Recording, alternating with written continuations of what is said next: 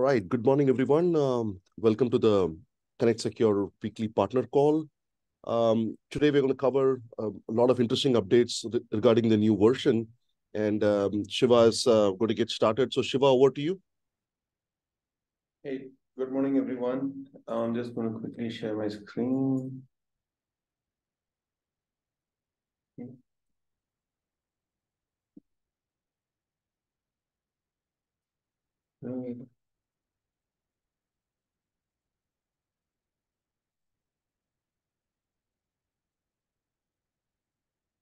Okay, so very quickly starting. So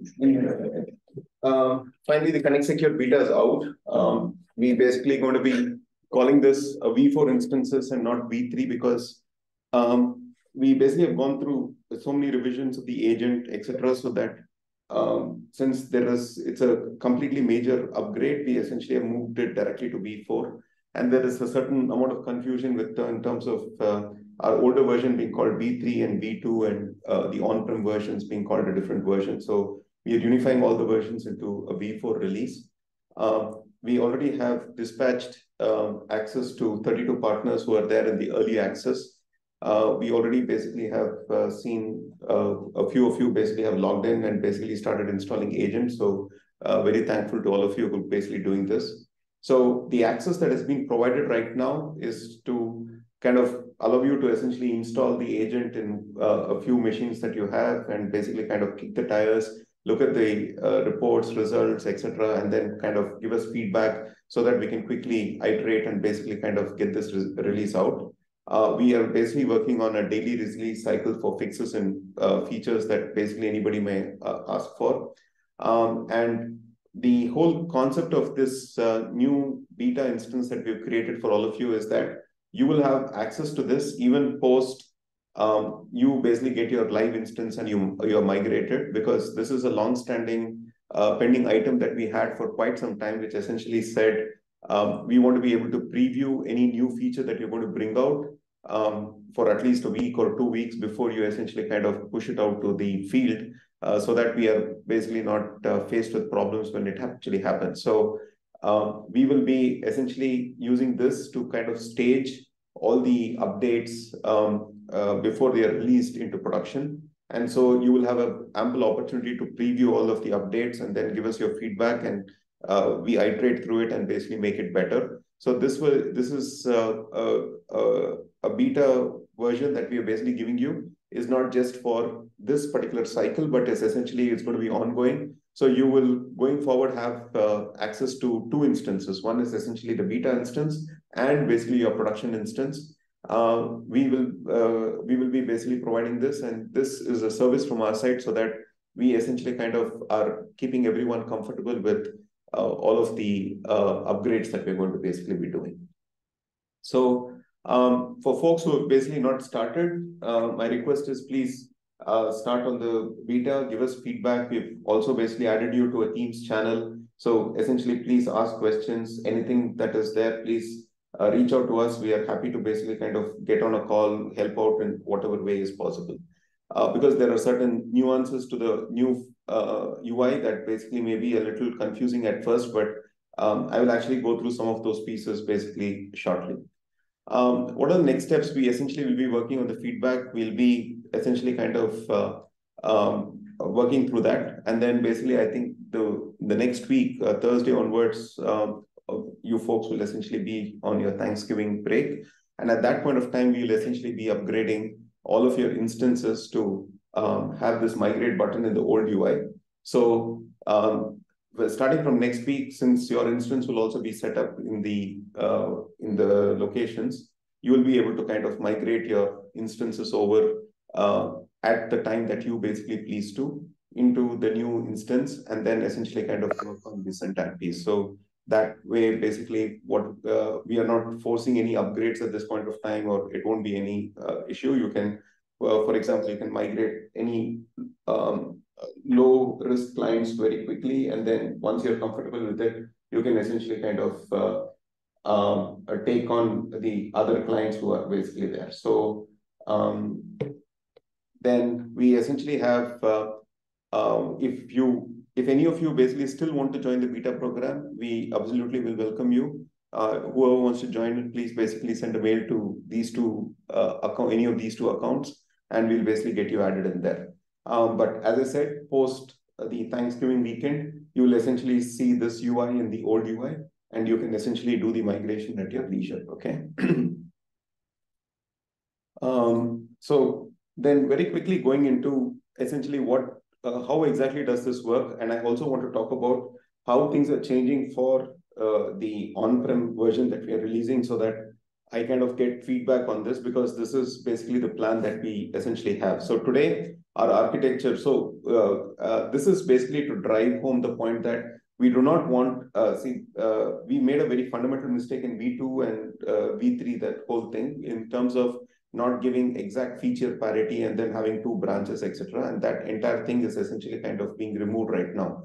So what we are now having is basically what we call as a pod-based routing architecture. So in this pod-based routing architecture, what we have is that we've actually moved out from Amazon because of the amount of because we've seen a lot of instability in Amazon for quite some time in a certain set of areas. And so we essentially have moved to virtually a completely serverless architecture. So we are using essentially Cloudflare as the CDN to essentially kind of provide for this thing. And what Cloudflare does with the whole CDN is it introduces the WAF and basically zero trust as part of the package. So essentially what happens is that we have a complete zero trust environment that we are starting with in the product itself. And with the Cloudflare pages, basically what happens is they are rendering this particular cache to almost 229 locations at the edge. So which means that if you are anywhere around the world, based on where you are, these pages will essentially get served from those locations. So what we did was that we basically created this centralized location from where we are basically dispatching to the CDN. So it basically gets served at your edge with the cache. And then we have basically a centralized global routers, which is basically written in Cloudflare Workers, which is a completely serverless instance. So there is no server or anything of that order. And so even if anything fails, it basically is transient, and you have another worker which essentially will take over the job. Now, this global router basically talks to our global authentication engine, which we spoke about last week, which is our centralized SSO model, and in which we basically have a tenant for each of you. And you can add users and you can essentially manage that whole piece. And with this global authentication engine, it returns back when you authenticate a particular user. We essentially have associated every partner with what is called a pod number. So you have each partner has a pod number. And typically a pod is basically a group of, depending on the size of your installation, it could basically vary from 100 partners in a pod, or it could go as high as 500 partners in a pod, but that is essentially based on how many assets are being managed by a particular partner. And what happens is that this pod lookup engine tells you that, okay, this is the person who's logging in and he's from this particular partner ID or tenant. And then it essentially kind of pulls out that pod ID, and then it essentially sends it to what we have as the centralized API router. Now, the API router, the only job that it has is it looks at the pod ID and it says, okay, this pod ID essentially is destined to this destination. So it routes the packet to that destination, fetches the data back, and sends it back to the browser. So with this architecture, what happens is that I can horizontally scale this. So as, for example, today you come into Connect Secure, you start with, say, 100 assets, 500 assets, and your business grows dramatically. You become 50,000 assets. Then it's very easy for me to essentially move you to a new pod. Second is that the whole concept of failover, I basically have the mechanism to basically back up the databases which are there in pod 1 into pod 2. And just to give you a framework of reference, we basically have 6 pods for US, right? So it's not basically a single installation. We have 6 pods in 6 different locations. And one of the reasons for why we are essentially doing this 6 different locations in the US itself is we want to essentially kind of get as close to the 99.5 lines guarantee that we can offer people in terms of the services that we are doing. Why? Because as we move forward, we're going to be offering more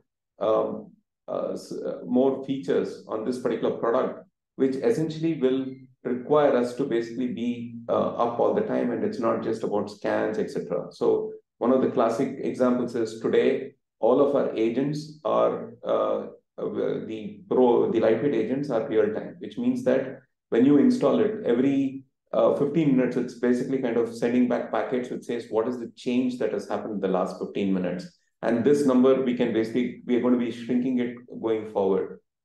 So as we keep shrinking this, and as we also basically enter the realm of basically looking at what are the changes and basically giving you a complete view of the changes, this architecture is going to allow us to horizontally scale this whole thing. And the second thing is that if you're basically integrating with us using an API, then you don't need to know which location somebody is in, what location they are, because the API router, as long as you have the credentials, it will essentially kind of route you to the right location. So that way you don't need to know whether a customer is in location A or location B or location C. The API router basically takes care of it and basically is the front end for it. Now, the immediate question you'll ask me is that isn't the fact that there is an API router basically make it something that a single point of failure? The answer is no, because the API router again is basically put into Cloudflare functions where it is distributed across 6 regions. So again, it basically is an edge router. So we basically have edge routing for it. So in case one of the regions is down, it will automatically get routed through another region. So this is essentially the resiliency that we have built into this whole system. And why did we do all of this stuff? Because primarily we believe that we should be delivering a quality of service which is basically 5 nines capable in order to basically meet the requirements of what you have. So you shouldn't have to basically wait for anything to load up. And the kind of data that we are putting together essentially requires a lot of data massaging and basically bringing data together. So for people who are basically familiar with SQL, etc., Nikhil from my team basically has built a view which essentially is a join across 10 tables. Now, I'll also explain to you some of the things that we've done, which basically are changing how we are delivering things to you. In the earlier version, what we were essentially doing is that, for example, if you basically had an asset, say it was a Windows 10 machine, it had basically a certain build, and based on that, we understood that these are the vulnerabilities that are going to be which it's going to be affected with. What essentially happened is that every time a Windows 10 build came in, it basically fetched from the database saying what are the vulnerabilities which are there, put it back here, and then basically create a copy, create what is called a remediation plan, and then essentially these copies basically were across your entire customer base, across all the assets. And so there were multiple copies of this. And this essentially meant increased database storage, but also basically slowing down of queries and then the responsiveness. And second is that when something got cleared up, everything got cleared up or not, basically it did not basically behave in a very efficient way. Right now, what we essentially do is that we have a global software table.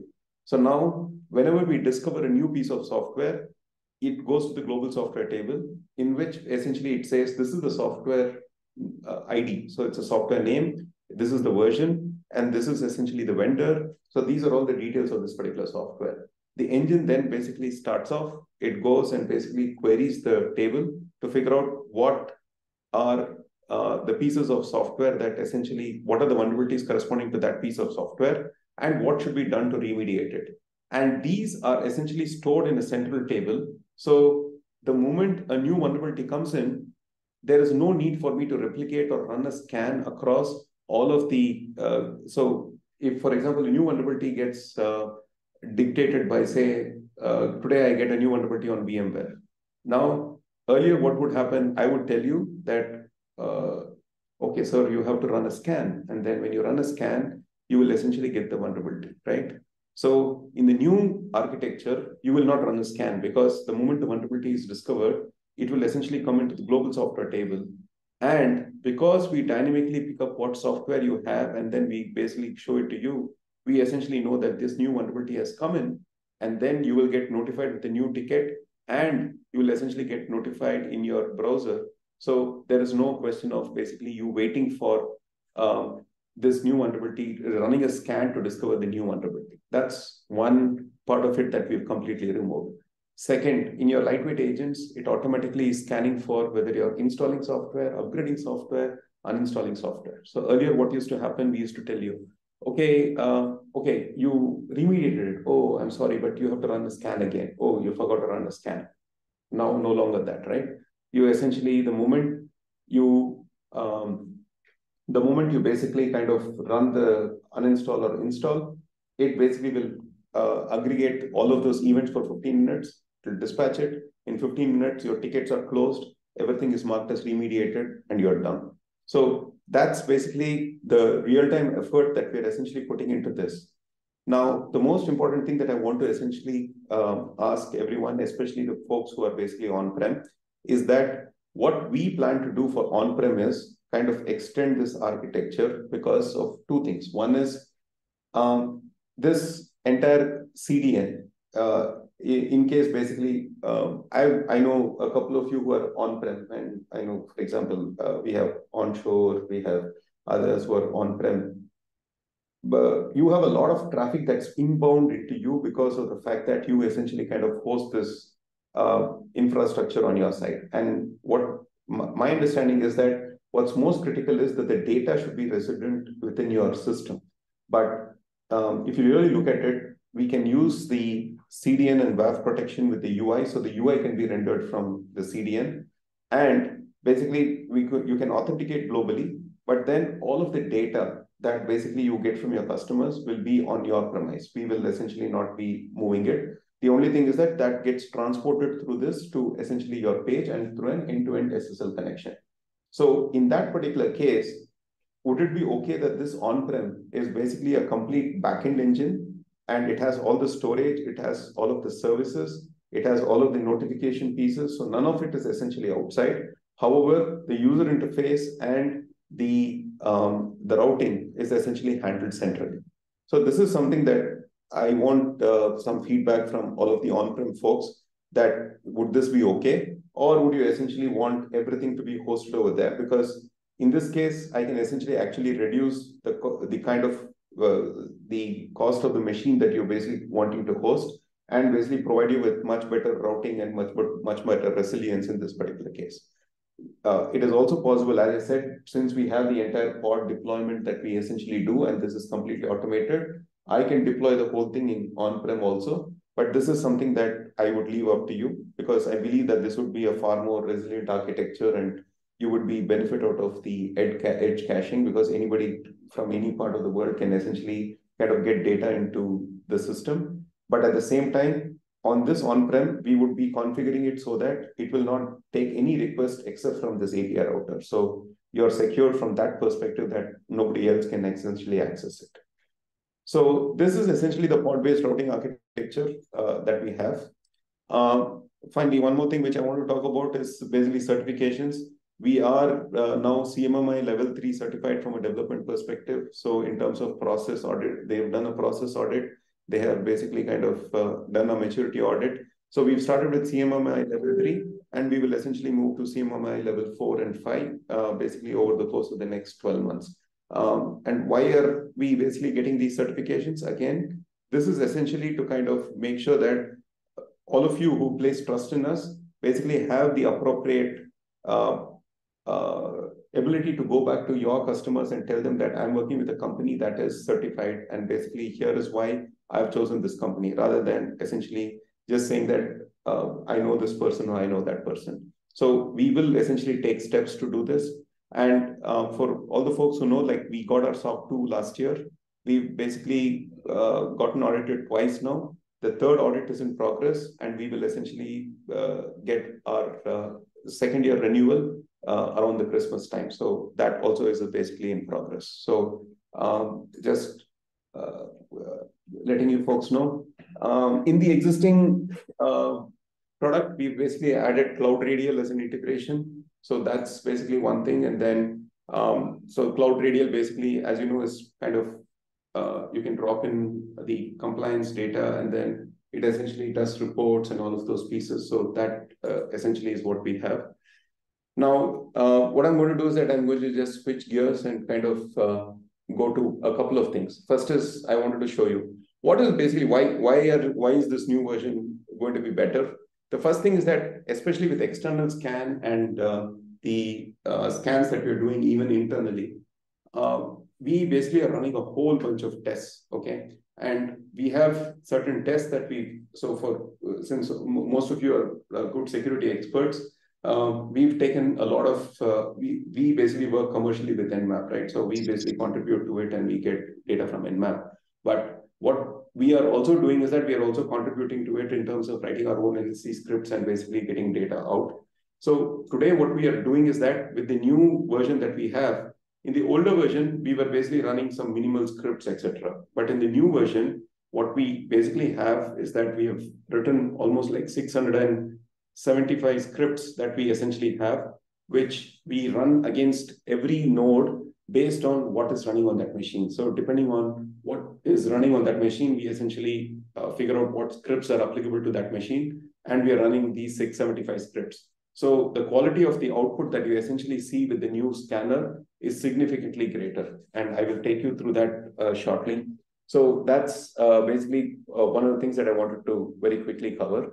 So that said, let me just quickly stop sharing for a minute and I will basically get to the new user interface. Just a minute. In the meanwhile, Srikanth, if there are any questions, we can answer those questions and then I'll basically start off on this, okay?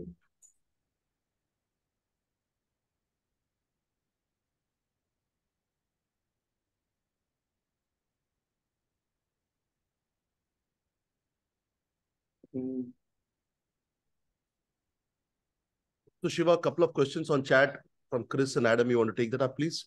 Yeah. Can you tell me what are the questions? Yeah, so Chris says, how much extra effort would it be to have two different on-prem deployment options and offer both scenarios? It's a possibility, but just that we'll have to basically put in some effort, but definitely possible. So,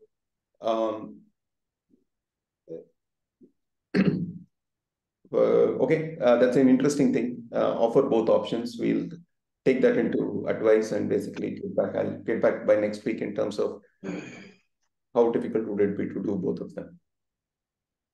Yeah, and Adam has another question on, sounds okay provided data is kept 100% within the EU/UK at all times and the monthly fee does not significantly change.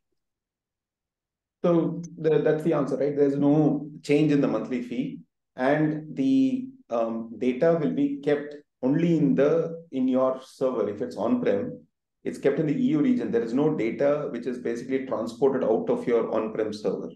So the point is that the only thing that happens is that through a secure tunnel, it's viewed on a browser.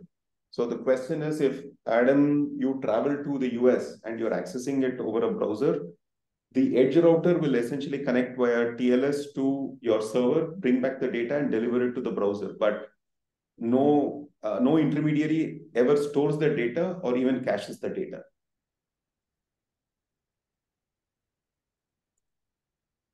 So Adam, that hopefully addresses your question. Next question is, do you think it will be possible to have a compact mode to display more devices on screen? Yeah, we definitely can do that, but we kind of like, so for example, you can see my screen. The latest asset view, we basically kind of compacted it to the level possible, I believe.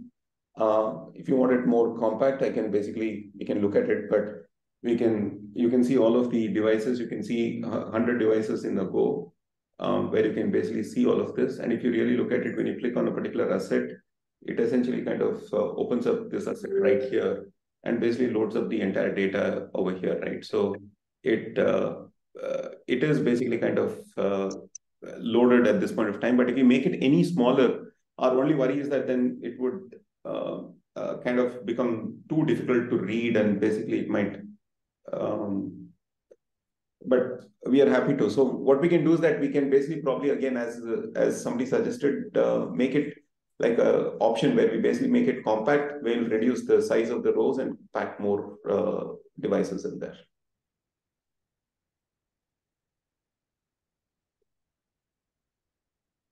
Anything else?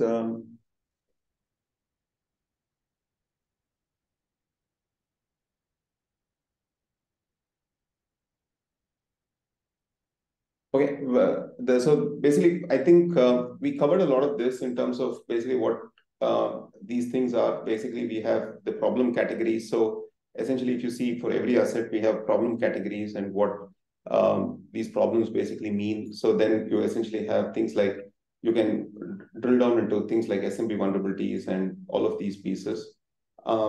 We basically have, for example, things which essentially talk about what is the exact output that you basically got. So for example, in this particular case for SMB, message signing is enabled but not required. So we actually have the actual outputs also in here so that you can essentially kind of see what is the data that is coming back from the scripts that we are running. So that's one thing that we are providing so that you can essentially do all of this stuff. Second is that I think one of the critical pieces that I wanted to kind of highlight is that one of the weaknesses that we had earlier in terms of what we were doing is essentially like when we go to jobs, right? So what used to happen is that suppose there was a problem with the job or whatever it is, it was essentially kind of difficult to figure out like what happened with the job. So if you see here, what's happening is that we're giving you a full view of what's happening with that particular job. So here is basically scan was initiated, we verified AD credentials, we started discovery, and then the entire timeline of what assets, what was discovered, what could not be, what we could not reach, what are the errors that we got for different protocols, everything is basically documented here. So this way, what happens is you essentially know why a particular job is failing, why a particular job is succeeding. All of that is essentially kind of archived here. And for example, here you can see that for this particular asset, the SMB scan failed. So we basically are giving you a reason for why this SMB scan failed, whether SMB scan completed. And then we basically are saying that we published data. So all of this essentially is part of the job history now. So this way you can essentially see what is happening and you have more telemetry into the whole thing instead of basically having to raise a support ticket with us and then wait for a day to basically have us basically review it. So that is one piece. The second is that we have the ability to kind of get into an asset and basically view a timeline for an asset. So that is there in terms of seeing what are the changes for an asset. And then at a company level again, so I can basically choose a particular company and then I can essentially kind of get into what are the details of the company and get an overview of what changes happened with that particular company and all of those pieces.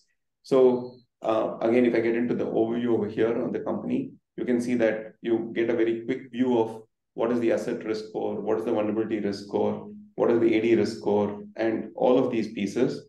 Plus, on the right-hand side, you can see that what is the timeline, what are the things which have changed across all of your assets, basically is there on the right-hand side. So you can essentially see a full timeline of what all happened with this particular company at any point of time. And the same thing is basically available to you in the asset view too. And then basically we have Azure AD. So you can basically get into Azure AD and then you can essentially see a structure of all the domains. And then under the domains, you can see all the OUs. And then under the OUs, you essentially can click on a particular OU and you can get to the computers, groups, etc. Now this is available for Azure AD. It's also available for Active Directory. So you can essentially kind of, you can see basically these are all the different OUs that are there. And then under each OU, you can basically click and you can get the details of what's happening. So it allows you to kind of explore the complete Active Directory structure and then kind of get to how exactly your Active Directory is basically looking. So it gives you a complete top-down view of the entire piece. Second is that we have the Azure Active Directory where we are essentially kind of showing all of the details of computers, groups, license logs, all of that basically is brought in. And then with the compliance, so one of the key things that I wanted to kind of also highlight is when you essentially talk about company and then you have this agents, right? So there is a little bit of a confusion. So when you first download an agent and install it, so earlier we used to ask you whether it's a probe or it's a this thing, right? So right now you see only one download, which is basically download an agent. As soon as you download an agent, it will register and it will show up as a lightweight agent. Now, when does a lightweight agent, how do you convert this into a probe like I have done? It's very simple. So the first thing is that we've removed the requirement that you have to configure the discovery settings and the credentials as a part of the probe itself. So you can essentially create your discovery settings for the company. So here I've basically created all the subnets and I basically have all the credentials. So all you do is that you basically go back to agents. And then when you go to a particular agent, what you can do is you can say map discovery and credentials. So when you do this map discovery and credentials, what essentially happens is that you essentially see that it will tell you, it will show you all of the things. You can choose what you want to essentially, from a discovery setting, what subnets you want to basically map and what credentials you want to map. So once you map these two pieces, what will happen is that this agent will convert itself into a probe. So because when you give it a range of IP addresses to discover and you give it a certain set of credentials, that's when it essentially converts itself into a probe automatically. And you will see that this lightweight agent changes into a probe, and then it will essentially perform the complete discovery of the network. Okay. So this is essentially what it does. So this is one of the changes that has happened. So the second good thing about this is that earlier you had to install the probe, then come back and then configure this. In this particular case, what you can essentially do is that even before you go on site to install the probe or essentially kind of create these discovery settings upfront. And if you know the credentials, enter the credentials or ask the customer to enter the credentials and then basically be done with it. And then once you land up there, all you do is install the probe and do the mapping. And basically this takes care of it, saves you time in terms of what you have to do. And then, so that basically is one of the key changes that's in there. And then we have all of the other views that essentially you're used to, which is basically the remediation plan, the problems, etc., the compliance, and all of those pieces. And again, in the compliance, basically what I wanted to very quickly point out is this whole thing. So with CIS, we essentially have categorized it under Windows Server, Windows Desktop, because we are looking at the entire gamut of the thing. So it's not about whether it is manual or it is basically automatic. Everything essentially is being measured. So basically you have a separate set of, for the same set of policies, you will have a different set of compliance IDs that are applicable for Windows Desktop and basically for Azure servers. And then there is a separate one for Azure Server 2012 R2. So we've actually gone through every single standard, every single variation, and basically brought it together so that you can have basically a proper view of the entire standard rather than essentially giving you a view that we had earlier, where we were kind of mapping things a little bit more ad hoc. Second, the most important thing is that we are not doing cross-mapping. Okay, so for folks who want to understand what cross-mapping is, in the earlier versions, and in fact most vendors do today is that you essentially say that I do the complete compliance checks for one kind of standard. Then what I'm doing is that I'm basically taking these checks and mapping it onto another standard and saying that this standards, this section is the same as NIST section 3.1. Now, the problem with that is that what we found when we basically delved deeper into this was that each of these standards have their own interpretation of even minor things. In some cases, it's the same. In some cases, it's different. So what we have done is essentially, as we talked about a couple of this thing back, that is we have created a complete compliance check master. And what we do is that we map this compliance checks against the actual compliance standards. And so essentially we have basically a complete mapping of every standard. So if I actually go, for example, to PCI DSS, right? One of the things that you will essentially notice is that for PCI DSS, we have a whole bunch of things which are basically marked as manual non-compliant. So what do I mean by manual non-compliant? It basically means that these are things that I cannot essentially determine using an automated procedure. So this requires your intervention to essentially fix it. And how do you exactly fix it? It's by basically, if you scroll over to the right here.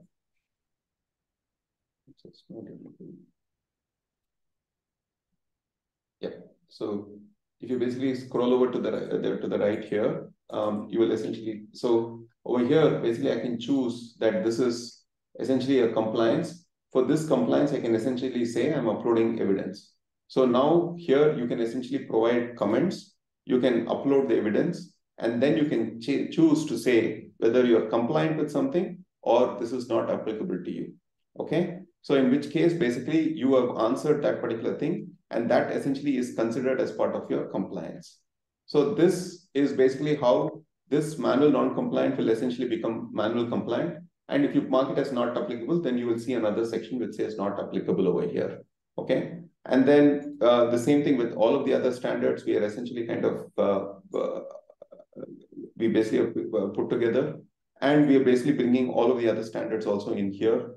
And we'll be able to kind of provide this as a complete set of reports, which you basically can consume and basically use. So I just wanted to give this quick overview today in terms of what we are doing here. What we will be covering in next week's call is basically, I'll go in detail into all of the dashboards that we've created, how to create dashboards and reports. So that will be covered in the next week's call. But for all those folks who are already in the beta, please use this opportunity to give us very candid feedback. We want to make this product the best possible product that you can use, but with the least amount of effort from your side. So we are basically kind of creating all of this stuff to basically make sure that it is easier for you to perform scans and basically make this. So there will be one question, which is like, I don't see the assessment view. The assessment view is something that we will be releasing next week on Tuesday, and I will talk about it in the next week's call. So with that, essentially, I will kind of close my so-called monologue, and then we can get into the questions. Yeah, so I think a few questions. Thanks, Shiva. Rhett, yeah, point well taken. I think what we'll aim to do is in the next set of emails, perhaps make it a little bit more verbose on the agenda so that it is more explanatory. Having said that, almost everything that is being discussed here is for the SaaS version. In fact, the on-prem version is on a minority. So most people are on the SaaS. So almost everything is relevant for SaaS. Moving on, Chris has a question. Can you confirm that the pods is in a UK specific one? So if you are basically based in the UK, it will be in UK. If you are based in the EU region, it will be in EU. If you are from Australia, then you will be in Australia. Okay, next question. Thanks, John. From Adam is going to be, will the Microsoft 365 Secure Score be shown in the overall screen as well? I think, yeah, that's something that we missed, that we will basically add to the primary screen itself. Yes, Microsoft 365 Security Score, yes. And then Chris has a question that the web installer that we spoke about, he hasn't seen that.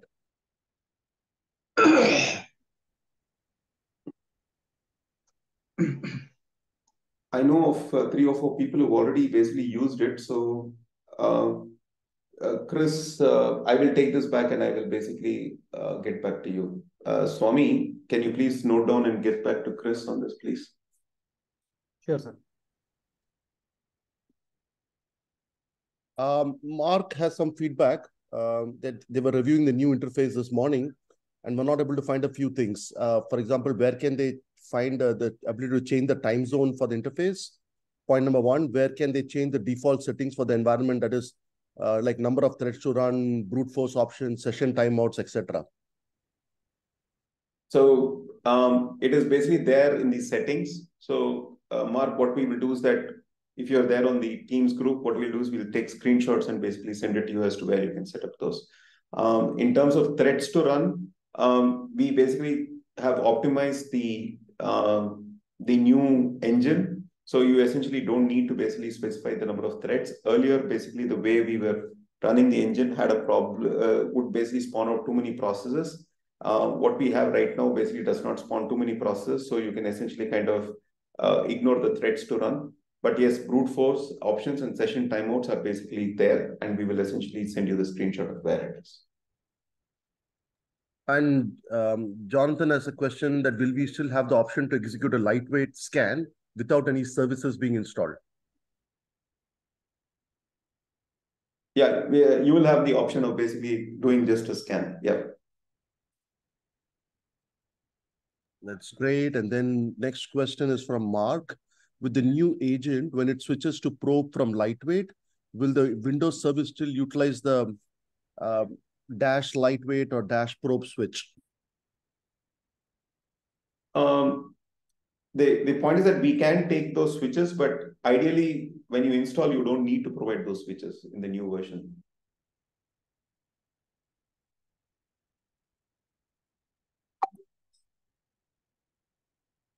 Okay, then the next question is, I have 42 agents registered, but only 33 assets. Where can I create a job? So I think this is to do with the older portal. Basically, if you have 42 agents registered and only 33 assets. So Swami, can you basically create a ticket and can we essentially investigate this, please? Because we need to see what, and very likely to answer this question, very likely what has happened is that you probably have installed the lightweight agent on multiple VMs, which basically have been cloned, because of which I think the Microsoft unique ID might be the same, because of which the agent IDs are basically colliding with each other. So if that's the case, there is just a command that you need to run on the machine, after which that will get cleared up.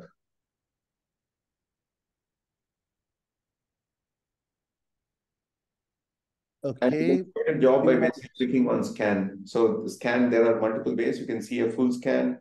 You can basically see something which is called asset scan. So whenever you basically click on any of those, that will essentially create a job.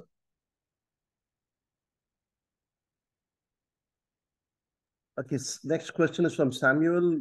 Will there be a Linux option moving forward? Because he only noticed Windows and Mac. Yep. In the current release, we first prioritize Windows and Mac. You will basically get the Linux version by the mid to end of next week. Okay, next question from Mac. Will installing the V4 agent override the V3 agent automatically, or must the old agent be uninstalled beforehand? And the second question, does the migration import old asset data, or is it a clean slate? So for the V4 beta agent, you should uninstall the agent, because we have not basically given it the thing to go and uninstall any existing agent. You need to essentially uninstall it because this is a beta. On the migration import old asset data, it will import the asset metrics, but essentially it will do a clean import of the asset data itself. So it's not going to import any past data of the asset in terms of whatever, like for example, the data of the services, the ports, etc. It's not going to import it from there, but it will import any audit data and metrics data. It will import and basically put into the older system so that you have a historical view. But the asset data will be freshly gathered from the agent that is basically updated. That will essentially be how it will. That's how it will happen.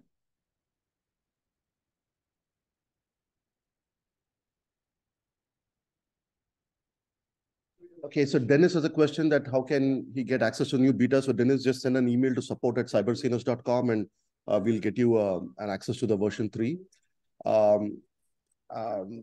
Yeah, you don't have to worry about account manager and so on. Yeah, you can always get in touch to us, but easiest to just send a mail to support and we'll take care of you.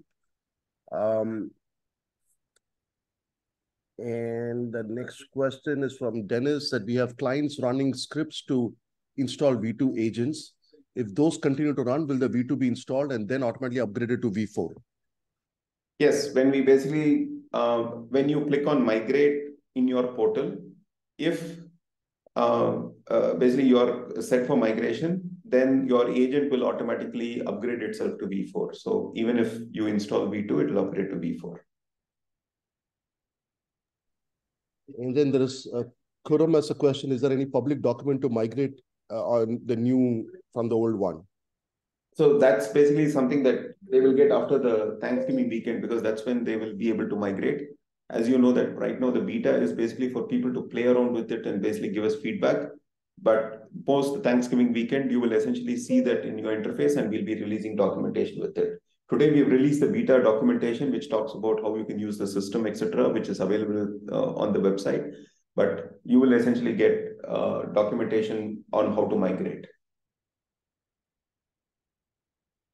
Yeah, Dennis, I think Shiva answered that question on sounds like we need to uninstall V2 agents and update scripts with the V4 installer. So yeah, I think that is correct. You have to install the old agent before you install the new one. That is only for the beta, but post the beta, correct. The V2 agents will automatically upgrade to V4 if their company is migrated. So they don't need to do it for their production companies.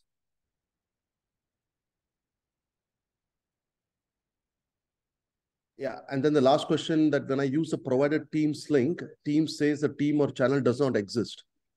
I'm not sure I understand this question. Shiva, are you? Yeah, because we basically gave a Teams link, a public Teams link that people could join. Unfortunately, it looks like basically that Teams link, Microsoft just basically it redirects to, it works for some people, it does not work for the others. So what we've done right now is that anybody who's basically part of the beta channel, we have added them automatically. So you should basically see a invite in your Teams and you can basically join the group. Okay, so hopefully that answers your question, sir. Moving on, I think we are almost fully caught up. Yeah, any other questions?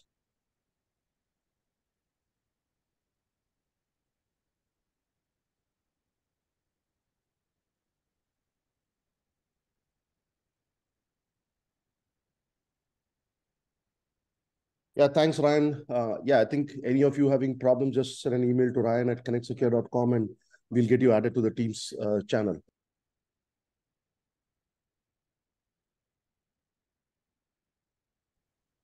Okay, so thanks everyone. And as I said, all of you folks who basically, if you face any issues, please give us very candid feedback.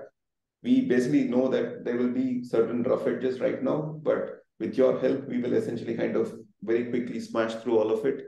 And we'll basically make the experience very good for everyone that's involved. I, again, thank you all for basically making time to come here. And if anything is basically missed out from our side, our apologies.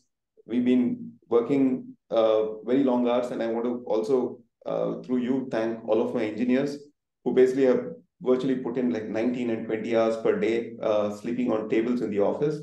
But I think at the end of the day, the outcome will basically be the reward for all of us. And if we see happiness on your faces, we'll be rewarded. Thank you all for being here.